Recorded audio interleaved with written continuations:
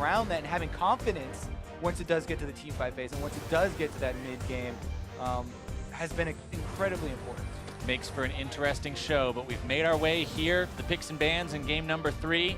We'll have to see if Phoenix1 can finally find that first match win here in Summer Split. They'll ban Kennen, Fiora, and Xayah to start things off, as LeBlanc, Kate, and Zach are banned away from by Dignitas, I should say. Very similar ban stories being told by both sides. And Phoenix1, they said, look, Mike Young on Lee Sin, it worked, let's do it again.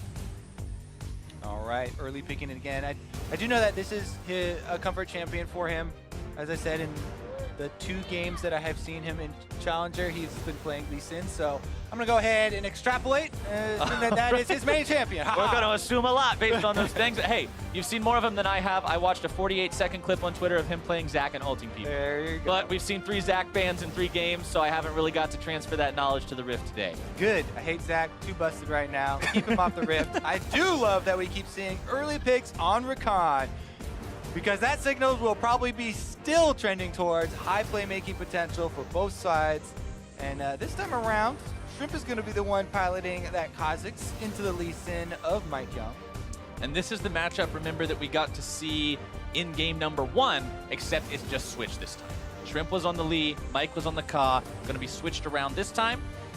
But still, the thing that will remain constant is big on Rakan. Dignitas loves giving this pick to him. Seeing what he can do with it. Shady, again, going to be on the Braum, as the Galio is locked in for Phoenix1. All right, so they're going to deny the Kha'Zix Galio combination that we saw before. You know, attempted use. Galio here, definitely flexible. I like that you get it in the first round, so it's still up in the air as far as mid lane versus top lane bans. Last time we saw him split.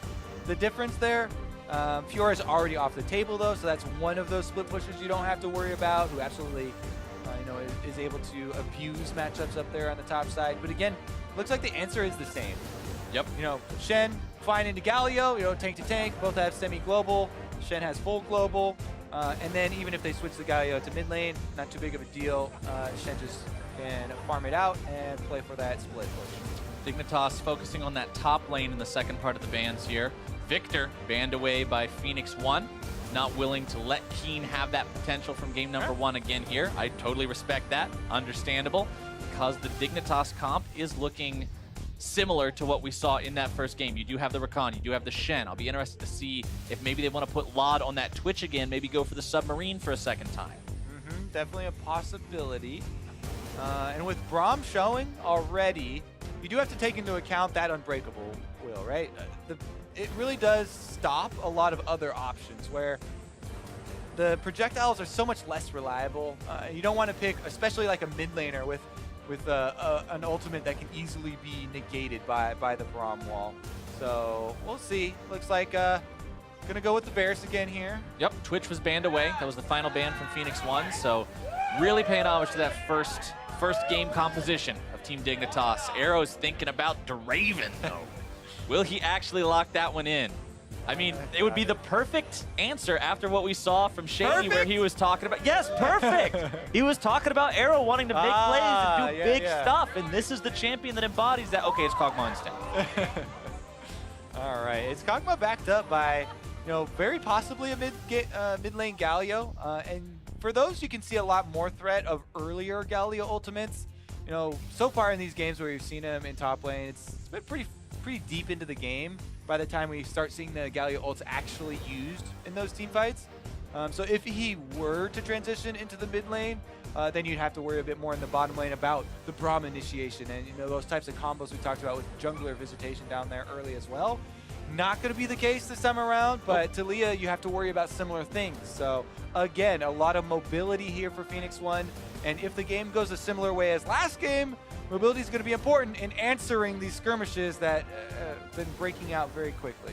Dignitas decides that the way they're going to answer that monster carry from game number 2 is by putting Keen on Cassiopeia to deal with it there in the mid lane. Yeah, definitely another very high damage in the late game, potential here from Keen.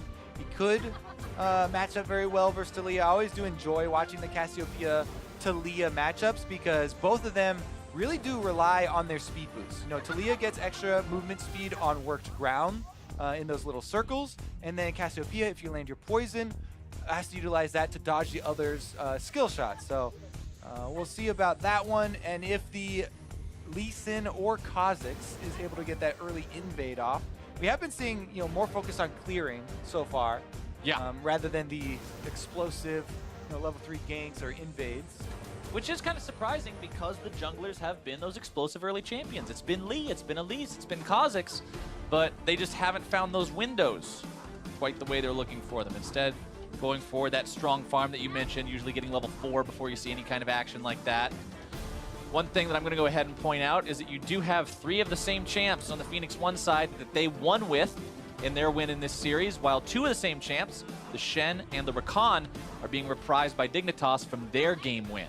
So you are seeing some returning successes here from both teams, and we'll get to take a look and see which one of those will truly be the success and walk away with the match win. As the teams are on to Summoner's Rift, the platform gates will be going down momentarily, and they're off. Right. Now, will we get some of that action around the Raptor pits? Will we get some of those invades, you think? Is anybody going to be risky? I don't think so, due to the way that we've seen this series kind of unfold. Remember, though, that this is actually fairly surprising that this series has been this close, has been this exciting. Phoenix1 with such an explosive 25.5-minute win in that last game. This is a team that just made another roster swap, has been constantly swapping around supports and junglers, and really having to work through a lot in order to kind of rebuild synergy and build up, teamwork among these guys that have been constantly switching off. But very strong showing for them, coming in as the 0-4 team versus Dignitas, who are 3-1 and started off so strong. It's definitely a bit surprising and bodes very well for this team and their recent changes. During that long explanation, though, you did get your Raptor Awards, although no real exciting fights over them. Yeah, we got to see a couple rocks thrown around. Shrimp ate a couple of those to the back as he was walking away, but sadly no big level 1 fights. No crazy way to start off this third and final game in the match, I should say.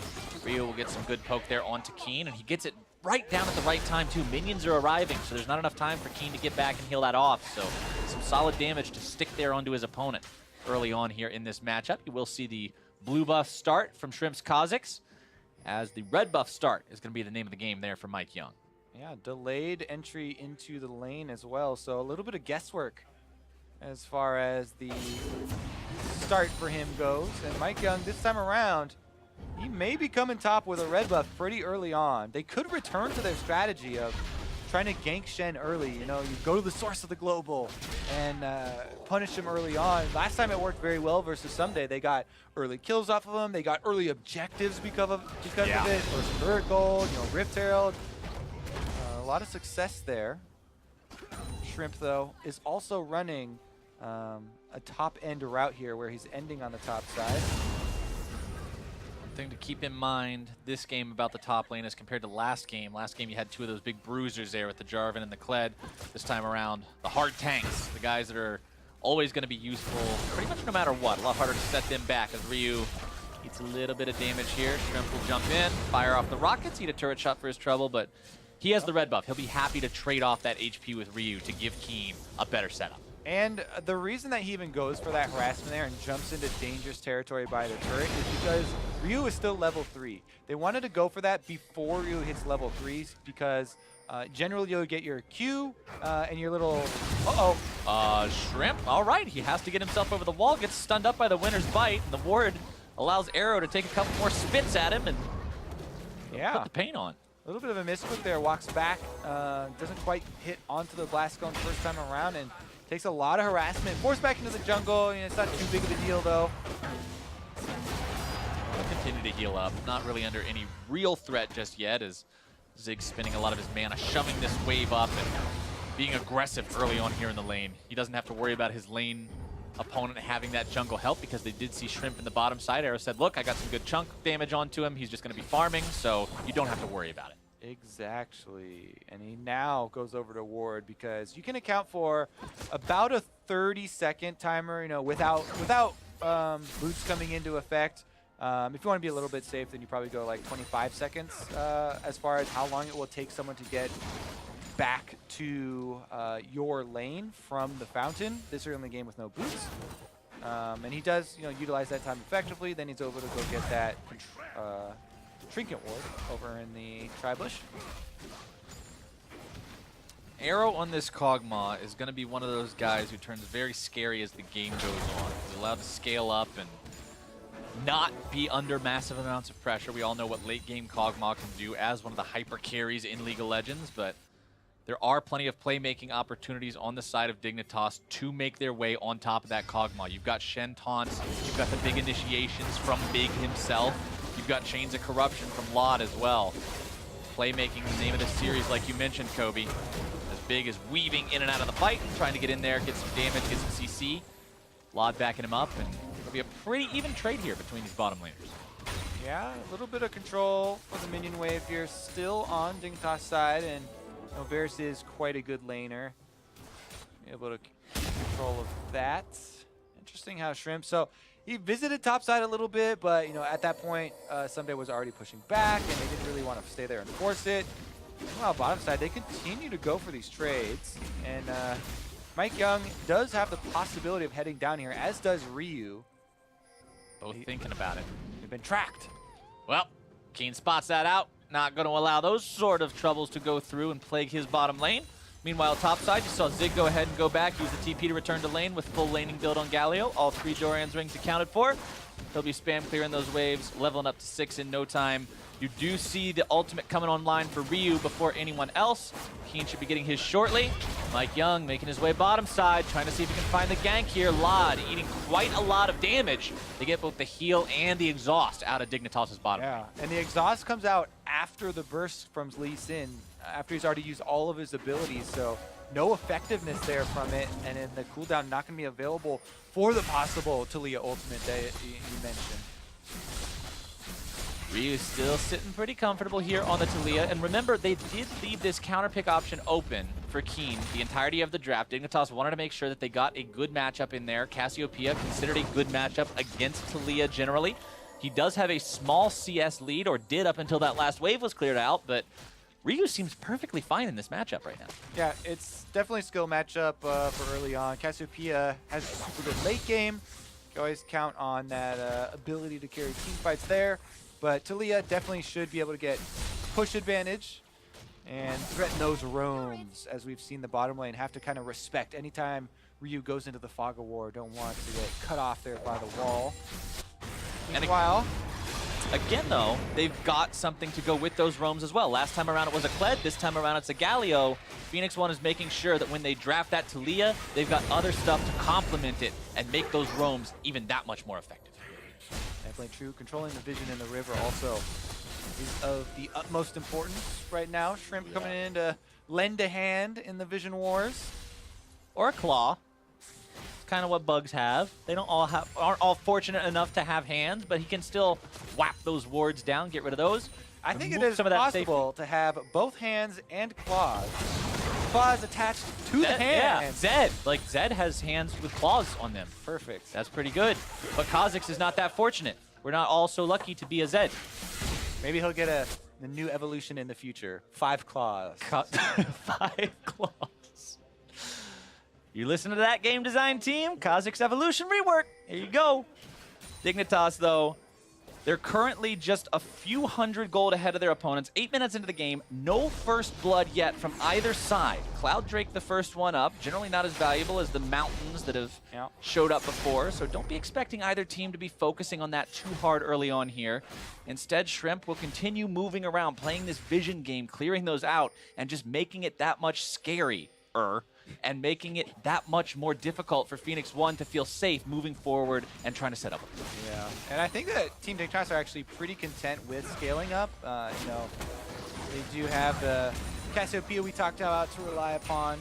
Shrimp getting through the early game there versus Lee Sin without anybody really making a huge play or affecting one of the lanes in a big way is just fine for them. Here comes the first kind of attempted offensive move, the lane gank coming through on the bottom, or on the top side here. I don't know, do you even have the damage? kill Someday in this kind of a spot? I mean, you're going to have to get through Spirit's Refuge. You're going to have to get through his own shields. And with a Galio and a Lee Sin versus a Shen, it's going to be a pretty tall order. Yeah, it was more of a situation where there's a possibility that Shrimp goes for an offensive move since Galio's pushing the wave. So he's kind of setting up his recall in that bush as a little bit of safety for Zig. You know, Zig wanted to get the mini wave into the turret and moved up a little bit. So no hesitation there on recalling once he got into that bush. Yeah, upon further review, not looking for an offensive play, more of a cover counter gank. Bottom lane, though, might be a little bit more offensive in nature here. I'd like to also extend a warm welcome to our NA LCS 1 viewers who are now joining us here for the stream. You're hopping into Phoenix1 versus Dignitas. Best of 3, tied up 1-1. If Phoenix1 can win here, they will find their first series win of the split. If Dignitas can win here, they're going to go to a 4-1 record, and that is pretty darn nice. And if you're just joining, there should be a jungler in this brush. Uh-oh. Chains of Corruption not finding the mark, though. Shrimp and Mike Young both making their way into the fight, but Stand United will bring Someday as Zig comes in. Ryu making his ride into the fight onto the wall as now the juggle happens onto Someday, who's going to be taken very low. The damage continues, but the death will not show. Dignitas disengages in time, and everyone from across the map shows up. Yeah, both teams were looking to make a play on the bottom side at the same time, so everybody was ready to instantly react there. And Mike Young was coming around through the lane, even though Shrimp had gotten there much earlier. They were waiting for the right opportunity, so everybody is able to get out in the end. Only the flash from Lee Sin is blown on Phoenix1 side, though, while Big on the other side, as well as Someday, which are two of the bigger, you know, offensive-oriented, you know, initiation flashes that Team Dignitas would like to use. Those ones will be off the board for the time being. As we said, though, Team Dignitas should be okay with, you know, kind of farming it out here and scaling a bit towards the late game. And it really does say sort of the story of this series, seeing how long First Blood has taken in this third and final game. First time around, things were pretty explosive early on, like what you mentioned with the gank in the top side, and second game was out of control. Yeah, second game was just like you said, it was a money grab game where everybody was just throwing their dollars up into the air and trying to grab as many as they could. But now in the third game, both teams have realized, hey, wait a second.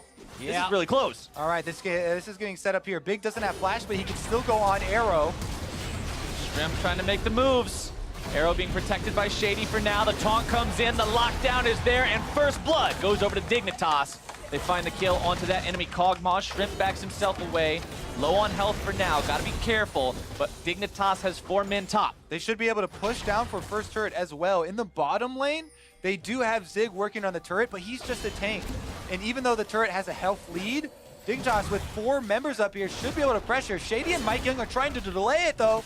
They've got Ryu up here now as well. He'll be able to clear the waves away pretty effectively. And it looks like Phoenix1 will successfully complete this, but the TP. They have to get back there to stop it, so teleport is used by Someday to deny that first turret gold, and it's still very much up in the air. Top side backs off as he goes down there. This is going to have to be a very close watch, you know, on that objective. Talia wall is available for Ryu, so you know, Phoenix1 do have the possibility of sending a lot of resources down to that area to try and claim that bonus gold. Dignitas have been the only team to claim something so far. They did get to pick onto Kog'Maw if nothing else. They would really like to get that turret First Blood if they could, but it was a good defense and a good rotation from Phoenix1. What we wanted to see from this team coming into this series, more of that team play, looking more like the third place team that they were at the end of Spring Split as opposed to the last place team that they currently are after 2 weeks of Summer Split play. And for people just joining us, as a little recap of the series, first game, it was all about Team Dignitas. You know, Phoenix1 forced Someday onto a tank, and it was Shen, funnily enough. And then they also camped him, so they kind of took out the big star player of Team Dignitas. But Keen stepped up on Victor really big, and he was able to carry a lot of team fights for them. That's how they won game number 1. But Phoenix1 came back very quick with a 25-minute victory in game number 2. With a lot of explosive kills. In the end here in game number 3, the first turret gold is very uneventful as they just head on down there and casually pick it up to kind of even it up. And that is a little bit of a balance for the First Blood gold going over to Team Dignitas. And the health lead here on the turrets is definitely very real for Phoenix1. Again, though, Keen trying to scale up again on the Cassiopeia, has now the Rod of Ages also completed, which will continue stacking through the mid game here. And a little bit more information for the people who might just now be joining. Remember, in both the previous games, it was the mid laners who got player of the game. Game number 1, Keen for Dignitas, 7-0-4 performance on Victor, where he carried them through multiple team fights, had 46% of the team's damage, and was just a monster. Game number 2, Ryu says, all right, let me show you how it's done. Gets himself a pentakill and uses his ults to end the game at 25 minutes on Talia. Both these two are the guys to watch here in this third game. All right, Dragon started up here by Team Dignitas. They do have isolation with Kha'Zix. Lee Sin, though, execute damage always should be expected. And it looks like teleport's coming in too. Made his way on top of the Cloud Drake, secured by Phoenix1. Ryu now separated from the rest of the team, though. Shrimp can say the same thing. This fight could go really crazy really quickly, Kobe. Big trying to get himself back. Winter's Bite has already been applied. Glacial Fissure now down onto Keen, who's going to be forced to flash.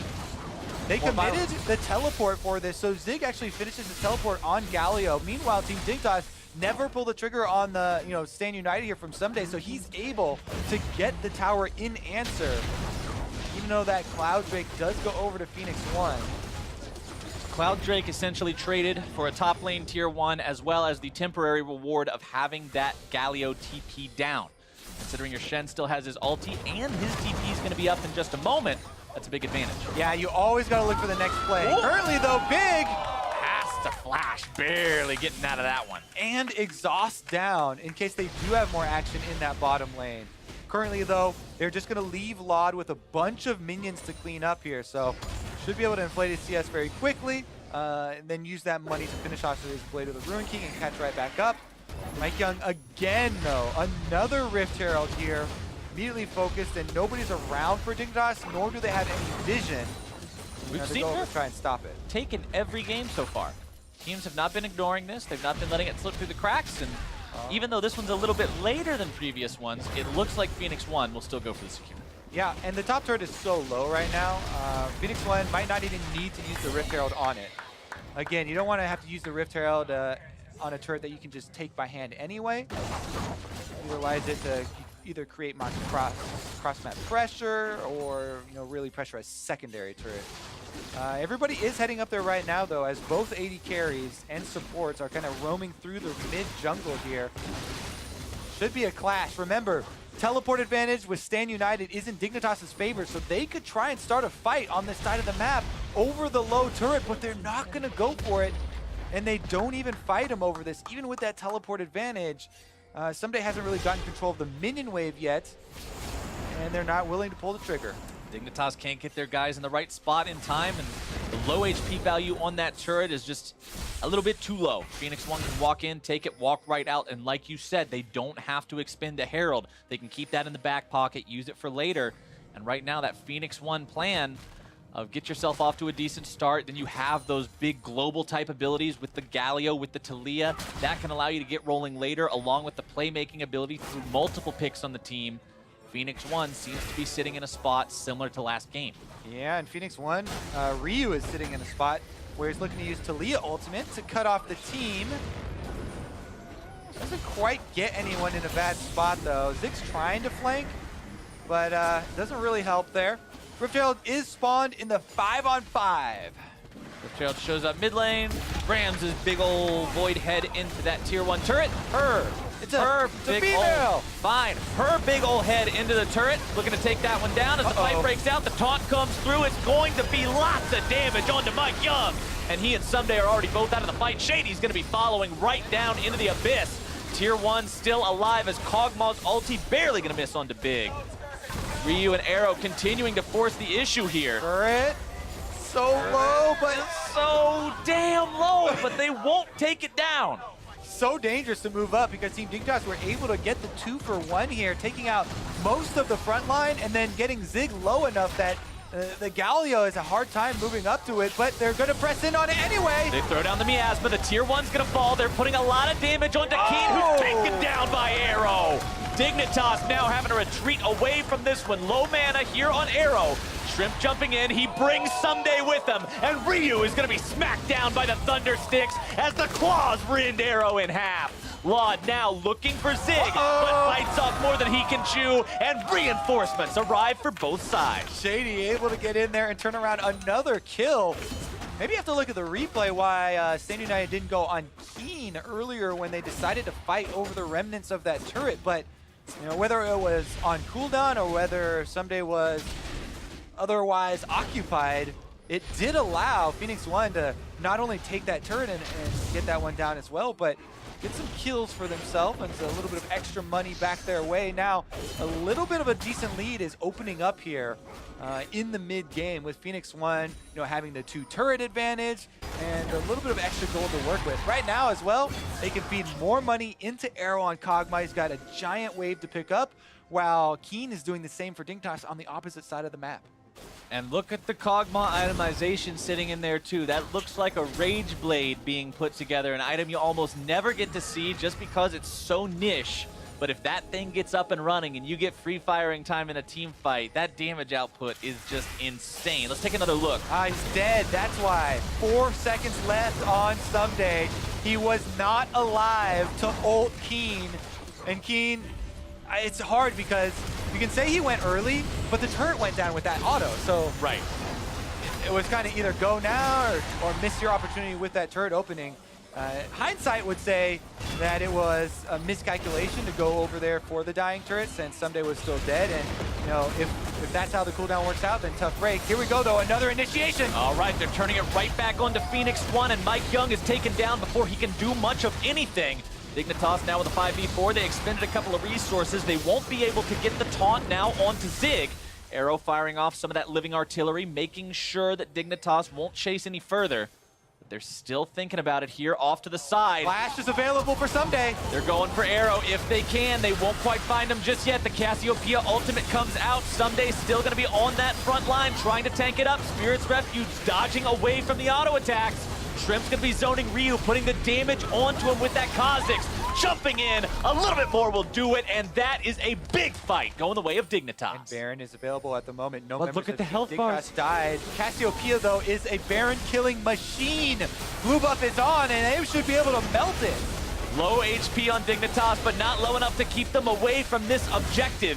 They will be taking this down very, very rapidly. Mike Young can't get in there in time. Shady trying to do anything, but he will do nothing as Phoenix1 loses control of the map just long enough for Dig to take Baron. Let's take another look at this, because Phoenix1 head up here with the Taliyah ultimate, but it doesn't cut off much and gives them no real positional advantage. Meanwhile, on the front lines there, Lee Sin is not that tanky. Immediately gets focus fired and taken down. You know, with Shen coming in on top of everything, it's Team Dignitas with extra numbers, and Phoenix1 just pushed right up the mid lane there. So risky, numbers disadvantage, and even though the Galio taunt lands on multiple members, Someday never even had to blow a splash there. Big was the one to be able to get the initiation, so they didn't double up on cooldowns. They still got the initiation. They killed all the priority targets, and nobody was killed in the process. That was such a big, clean sweep for Team Dignitas, gaining Baron buff, multiple kills, and control of the map here. And they'll take the Ocean Drake for it. And see, Kobe, this is echoing back to what we were talking about earlier. The objective game up until now has been for Phoenix1, while Dignitas has said, you can have the objectives, we're gonna kill your dudes. Now they've killed enough dudes, they're taking the objectives. The kill dude strategy. That's the strategy that Dignitas seems to employ to success, and now they're doing it again because the objectives fall in the wake of the kills, and Dignitas will be picking those up. Yeah, and the standing gold as well that you mentioned will do a lot to add to the Baron power play. So a lot of extra items should be coming through for Team Dignitas after the last couple of minutes here. So they rotate down to the bottom side. Stand United is available. They can just wait. Someday pushing on top side. There's Meander here into the bottom lane, get a little bit of cross-map pressure before they really have to pull the trigger. And as we've already seen, Team Dignitas, this composition, as we mentioned earlier, is set up for really powerful counter engages. Yep. Cassiopeia ultimate, Varus ultimate, Stand United to come in. There are just so many tools for counter initiations that it makes it difficult for Phoenix1 to try and cut them off and try and punish the split push. And you saw what happened the last time they went to do it. Ryu throws down the wall, Mike Young's on the front line looking to find the kick, and by the time he can even think about the kick, he's already dead. very, very rough situation to be in, especially when your opponents now have that Baron buff, sieging upside this tier 2 in the bottom lane, while Someday just distracts multiple people over on the other end of the map, and Keen puts the damage into the tier 1 middle. Zig can't really find the damage to do anything impactful onto Someday any longer. Titanic Hydras plus Spirit Visage makes him almost immune to what Galio brings. Yep, and Keen is able to finish up that mid turret as well. Squiggly little green line autos. Not the most threatening, but definitely get the job done. There's more intimidating things out there, but they still pack quite a sting onto the structures as long as you got enough AP. Huh. That Taliyah wall was much less impressive than the one from last game? The game 2 ones that we saw coming out, yeah. It was like in the same spot too. It was a diagonal angle to the tier 2 bottom, one into the game, and one made big press W. All right, Recon W down. All right, it's back up. Rats. We weren't able to capitalize in time. But it does, again, highlight the issue that we talked about, where the counter engage is such a big possibility for Team Dignitas that because they've had so much success here earlier, and because that mid-game, mid-lane play was so big, the options are really limited for Phoenix1. And it does make it very difficult to play the game from this position now, because they kind of weren't able to get off to that very big Taliyah and Lee Sin synergy for the roams early on, and try and get that ball rolling and try and get the the split push of their own off the ground. In the end, all of that extra gold is cleaned up by Team Dignitas, and they get to go spend it without having to break a sweat. To put things in perspective here, because this does seem really strange to say, at this time last game, there was no this time last game. Dignitas' Nexus had already exploded. That's how fast game number 2 and Phoenix1's win was. Meanwhile, here in game number 3, a much closer story being told. Dignitas, the biggest lead in the game so far now for themselves, after the objective advantages they got after the Baron, but it's still only 4,500 gold apart, and a long way from it. Yeah, a lot more control here from Team Dignitas. They also have very reliable late game damage. Shen, constant split push, and then Cassiopeia, Kha'Zix, and Varus, very easy for them to carry the team fight. So as the options dwindle, we talk about for Phoenix1, that's kind of why Team Dignitas are feeling so casual right now. They're feeling like they're in such a secure spot. They really do have a lot of extra tools to try and deal with the initiation from Phoenix1, and we'll see if they can do it here around the mid lane. Minute 50 seconds left on that Baron, which will probably be the thing to actually spark the real conflict. Currently, though, Phoenix1 are looking for an opportunity. It's definitely risky, anyone that they do go for, so they're looking for ones that are numbers advantage in their favor, trying to catch people off guard and out of position. Until then, the name of the game will be vision control, map positioning, priority over both the lanes and objectives. Dignitas will slither and jump their way into enemy territory, feeling pretty safe about it. That's what comes with the status of having control over the map, putting down so much vision into enemy territory. Team moving up, trying to take that buff away, but instead it's secured by Mike Young. Important part about that, though, means it's on a Lee Sin and not a Taliyah. Even if you can't steal that buff away, sometimes it's enough to just make the jungler smite. Yep. Energy regen and cooldown reduction, not the biggest of deals for him. Meanwhile, Someday goes in! Someday gets himself aggroed by multiple people. Redemption's gonna heal him for now. Taliyah wall used to block off any further aggro from this fight. Everybody's gonna reset. And Someday, again, a lot of calculated moves, right?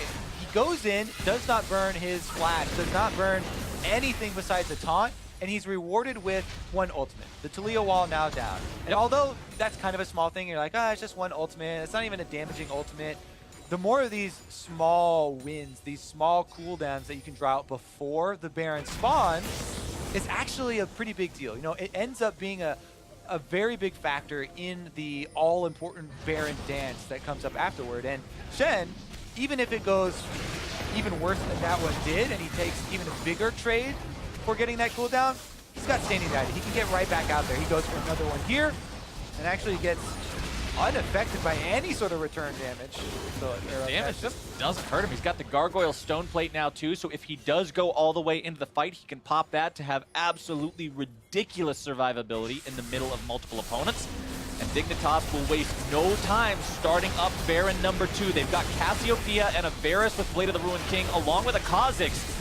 They They melt this very, very quickly, but they don't want to take the 50-50. Instead, they're going to be turning the fight around with a taunt into a grounded. Shrimp's finding the kill onto Shady as Phoenix1 will look to turn this around if they can. Shrimp with the jump over off to the side, staying alive. Dignitas gets themselves a 1-for-0, and the fight's going to fade. They did get a lot of damage onto Shrimp as well, so Team Dignitas not going to want to start the Baron back up for any more picks. They do have really good side wave control, though.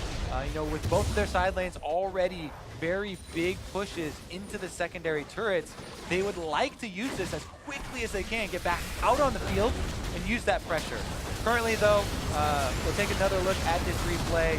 They were able to focus down Shady, but again, the focus fire here from the back line of Phoenix1. Arrow got a lot of damage into Shrimp, which really reduces the threat of the Barons. Forced him back to the fountain and kind of delayed this restart here, which gave Phoenix1 time. Whoop! Shrimp got stuck in the pit, forced to take a little bit of extra damage from Baron, but Phoenix1 gets there in time, using the Talia ulti to stall this out and make it so Phoenix1 again is allowed to contest Baron fair and square in this fight. They did draw out the teleport cooldown with that Baron start, though, so all that Team Dignitas should do now, send Someday into the side lane, push out bottom, the furthest away. They're even teleporting. He's rushing towards it since he has Stand United.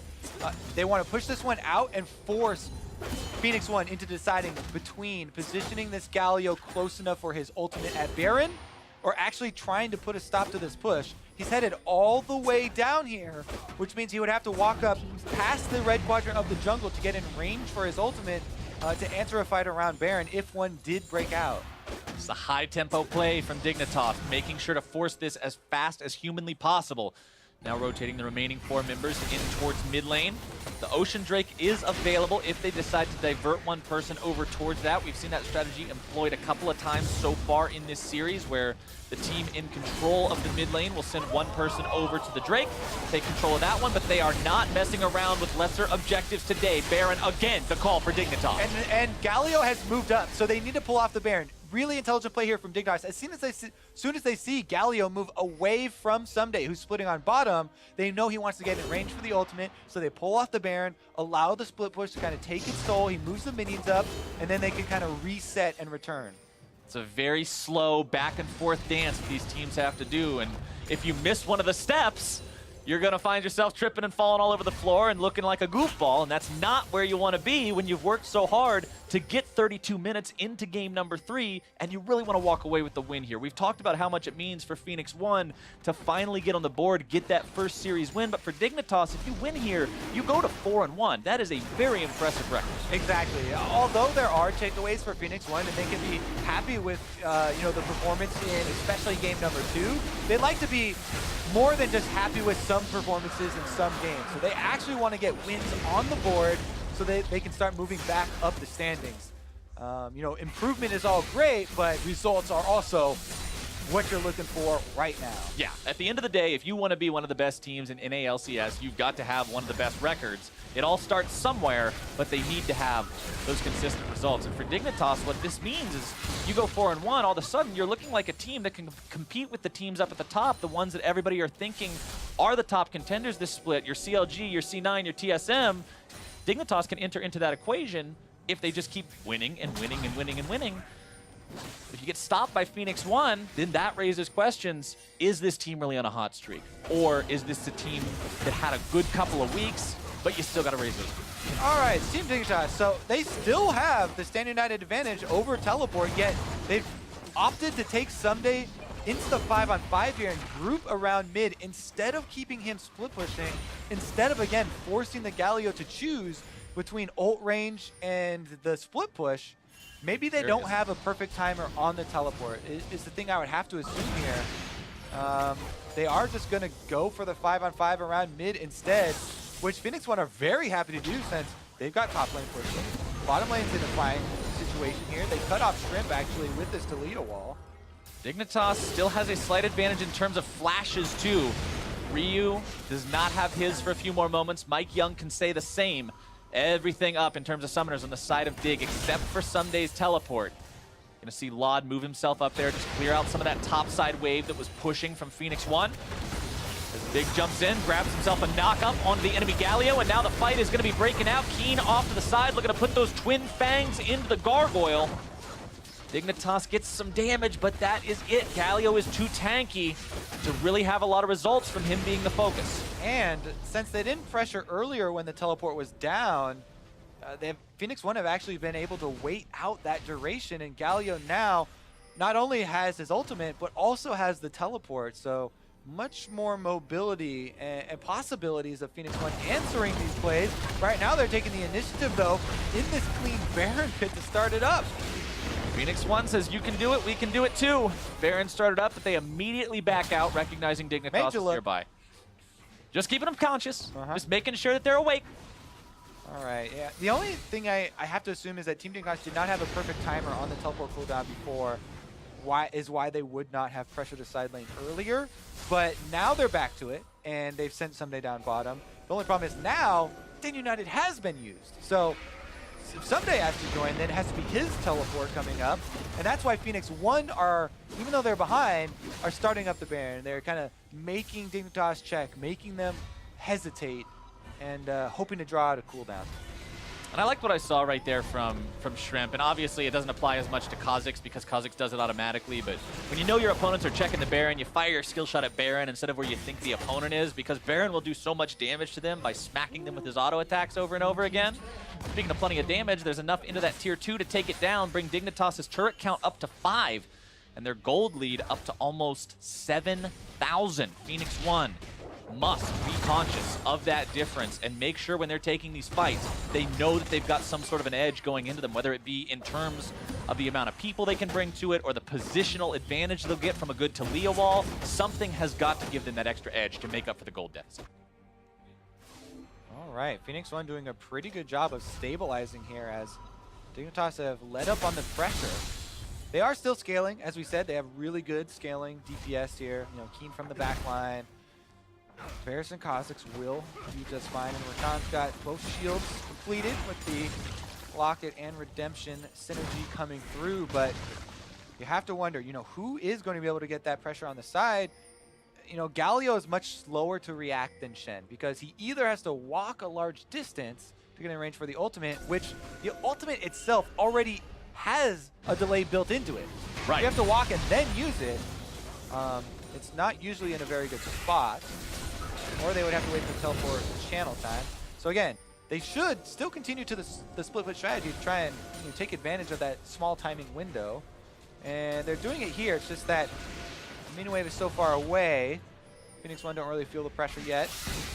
And Phoenix1, for a team that's been playing on their back foot for pretty much the entirety of the game, are doing pretty well. They don't seem really nervous. It doesn't seem like they're sweating in this kind of a situation as Mike Young looks to jump in, but he is going to be punished. The chains of corruption will lock him down and take him low as Shrimp gets himself to stand united. Someday makes his way into the fight. A grounding miasma finds its target of Zig.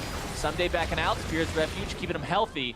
Both sides going to be expending some resources there. Mike Young with no flash to start these fights off. Also very low health for him. He needs to get it back off of something. They're not giving him any time though. Baron is started out. They're putting it down so quickly.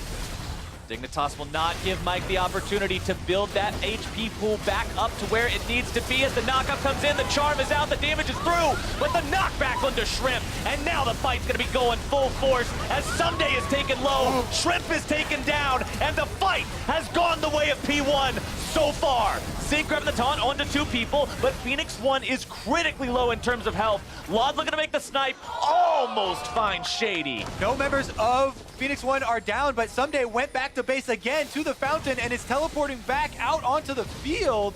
Still a 4v5 for Dig, but they've got health advantage. Blinking red lights for Phoenix1 as they retreat. Oh, teleport comes back out from Zig as well. They don't want to let him get away with this Baron, and they should be able to collapse onto the Baron pit. It's gonna be Zig and Ryu and Arrow trying to stop this. You've still got Mike Young and Shady back, making their way towards it as fast as they can. Baron taken low, but now peeled off of. Zig having to retreat from the rest of Dignitas as they have to be careful about this collapse. Laud is down to half HP. The chains of corruption out onto Arrow, but the taunt is there, and Laud is going to be forced to flash over the wall. The damage onto Big, as Keen is taken low, but finds the kill onto Arrow before he goes. It's a 1-for-1 in the fight so far, but Dignitas is still in retreat here. Laud's gonna be forced out to the side. Mike Young grabbing the kill onto Big. Laud's still gonna be chased down. Into the back line goes Someday, trying to find the kill onto Ryu. Shady's still gonna be taken low too. Shrimp into the back line with the kill onto that Mage. Takes down the MVP from game 2, and now looks for more. Can they find the damage onto Mike Young? I think they can. A double kill for Laud. Zig's gonna be going down, and the ace for Dignitas. 2 men left standing after all of that. Must have been a 3-minute fight there for you, Captain. And the Baron will be the last one to die afterwards. My goodness, Team Dignitas looked like they were making such a risky play. 4 versus 5, starting up the Baron. But due to the recall staggered times there from Phoenix1, the damage isn't there for the re-engage. Shrimp comes back off of dying onto the field, able to clean up the extra kills and focus on the DPS members. What an absolute slugfest. All right, Wow. so technically, this is all the members available here for Phoenix1, but they're spread out. So Team Dignitas collapse up into the top side, and it's a good taunt there from Zig, got all of them, and the Jalea wall kind of separates Laud, but here comes Shrimp. You can see him on the mini-map from the Fog of War at the moment, from the fountain. He's heading all the way up, and Laud does a very good job of surviving. Someday on the front line takes such a beating. He makes Ryu flash out there. On the backside, though, let's get back to live gameplay. We don't even have time. Baby. We're already on to Elder Drake as Dignitas, blessed with the Baron, now seeking blessing number 2. The charm comes out, but it's only onto the front line. Laud secures the Elder Drake for the side of Team Dignitas, but Big has already been taken down. The wall will separate Keen from the rest of the team, and the isolation rockets will slow down Phoenix1 as they attempt to chase towards Dig. Health bar's low enough, taking damage from that Elder Drake burn. Phoenix1 doesn't want to chase into this any longer, not in that situation at least. They've got a 5v4. Yeah, but only for another 25 seconds. They killed the support. Lowest level means lowest death timer. And with both the Elder Dragon and the Baron buff up here on Team Dignitas, they have to really worry about the counter push, because Team Dignitas, as soon as Big is up, they're gonna look for it. Someday's already in the bottom lane, and their base is under attack, so that push on mid was very, very risky for them. Dignitas already looking for the counterplay. We made a joke earlier about those Thundersticks not doing enough damage to structures. Light one of those suckers on fire and watch how much damage he can do if given time in this split push scenario. Someday making sure that he's got that chance. Still not very intuitive. The flaming plastic you wouldn't think would be super effective. Yeah, it would probably melt, but it would still be scarier than a normal one.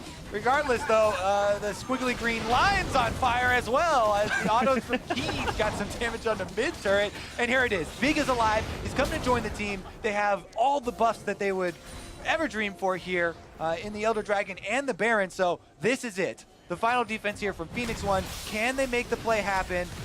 They don't have much time. They gotta find their chance somewhere because the mid lane inhibitor turret has fallen. Inhibitor now the target. Laud's attack speed very, very rapid to bring these down quickly. Zig on the side, can't find a chance to go in, look for any sort of taunt, knock up, anything. Dignitas will take inhibitor number 1, back themselves away. Still having both Baron buff and Elder buff for a little bit longer. So many flashes are also available. It's a huge amount of playmaking here available for Team Dignitas, and they also have a tremendous advantage in just pure DPS. Here we go. They are not willing to stop. They're going to find the taunt onto 2. The fight's breaking out. Laud firing in the arrows into the middle of the fight. Phoenix1 with the defensive option for now. Gargoyle Stoveplate there onto the chin. Shrimp grabbing the kill onto Shady as Big is brought down in retaliation. Arrow is going to be bug food as he is splattered onto the ground along with Phoenix1's dreams of winning this game. And Dig will go to 4-1. Oh my goodness, what a way to end the series here. And Team Dignitas are going to be able to take it. Ryu fighting for the Nexus turrets though. He's trying, but what are you going to do? He doesn't have that massive gold advantage like he did in game number 2. Keen will find the ace. Holy moly, and Laud, Keen, and Someday left alone with the Nexus. Dignitas has to fight for it. Big is just... What else are you gonna do when you're looking at your death timer? It's You're just, casual. your screen's black and white. You're like, Lod, let me watch it through yours. I like the color better. Yeah, something's wrong with my screen over here. Yeah, my screen's all goofed up. It says it'll go back to normal in about 45 seconds, but let me just watch through yours instead. What a performance from Dignitas. They had game number 1 on lock. Game number 2 was swiftly turned around. And then in game number 3, the closest one in the series, they showed why they are at 3-1 and why they deserve to go to 4-1. Definitely a lot to be proud of for that squad. You know, coaches have been talking about communication and all the focus they're doing in practice. This is one of the teams that's picked up so many extra substitutes as well that they're really looking to build out the bigger rosters. As everybody moves towards that 10-man setup, people scrambling trying to pick up good subs that are also ready for the LCS stage gets more and more important, and we're seeing them actually get the playtime and have that impact in the LCS more and more.